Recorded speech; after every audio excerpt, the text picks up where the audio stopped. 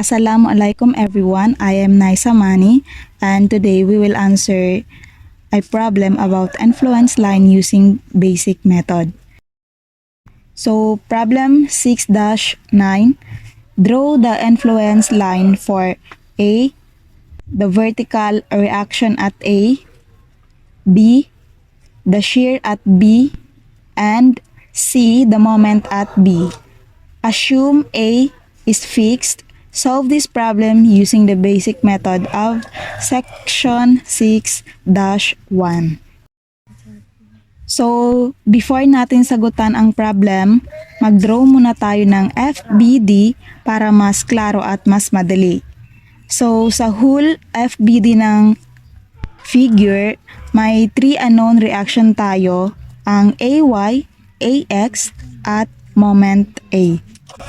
Then sa FBD naman ng point B, may 3 unknown din tayo, ang B, Y, BX, at moment B.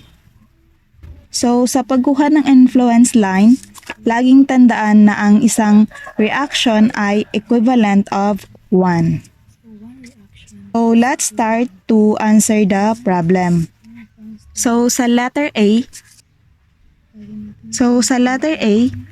ang hinahanap ay ang influence line ng reaction at A.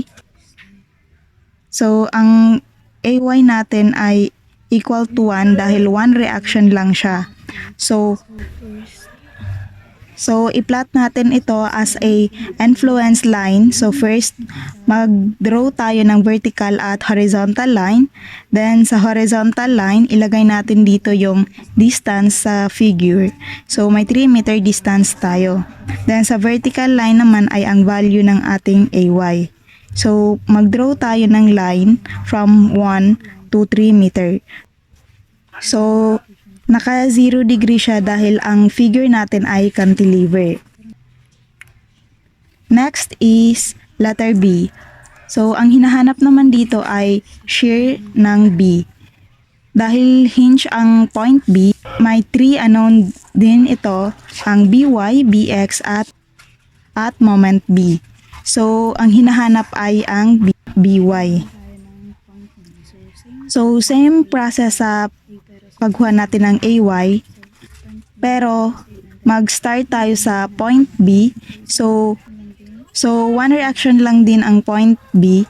So magkakaroon tayo ng equal to 1. So same sa AY natin, naka 0 degree din ito dahil walang support sa endpoint. So last na hinahanap ay moment at B. So dahil may shear na ang point B, pwede na nating makuha ang moment at B using equilibrium equation. So ang ating MB or moment B is equal to -1. So sa pag-draw ng influence line, mag-start tayo sa point B to end. So sa baba ang line natin dahil negative ang result.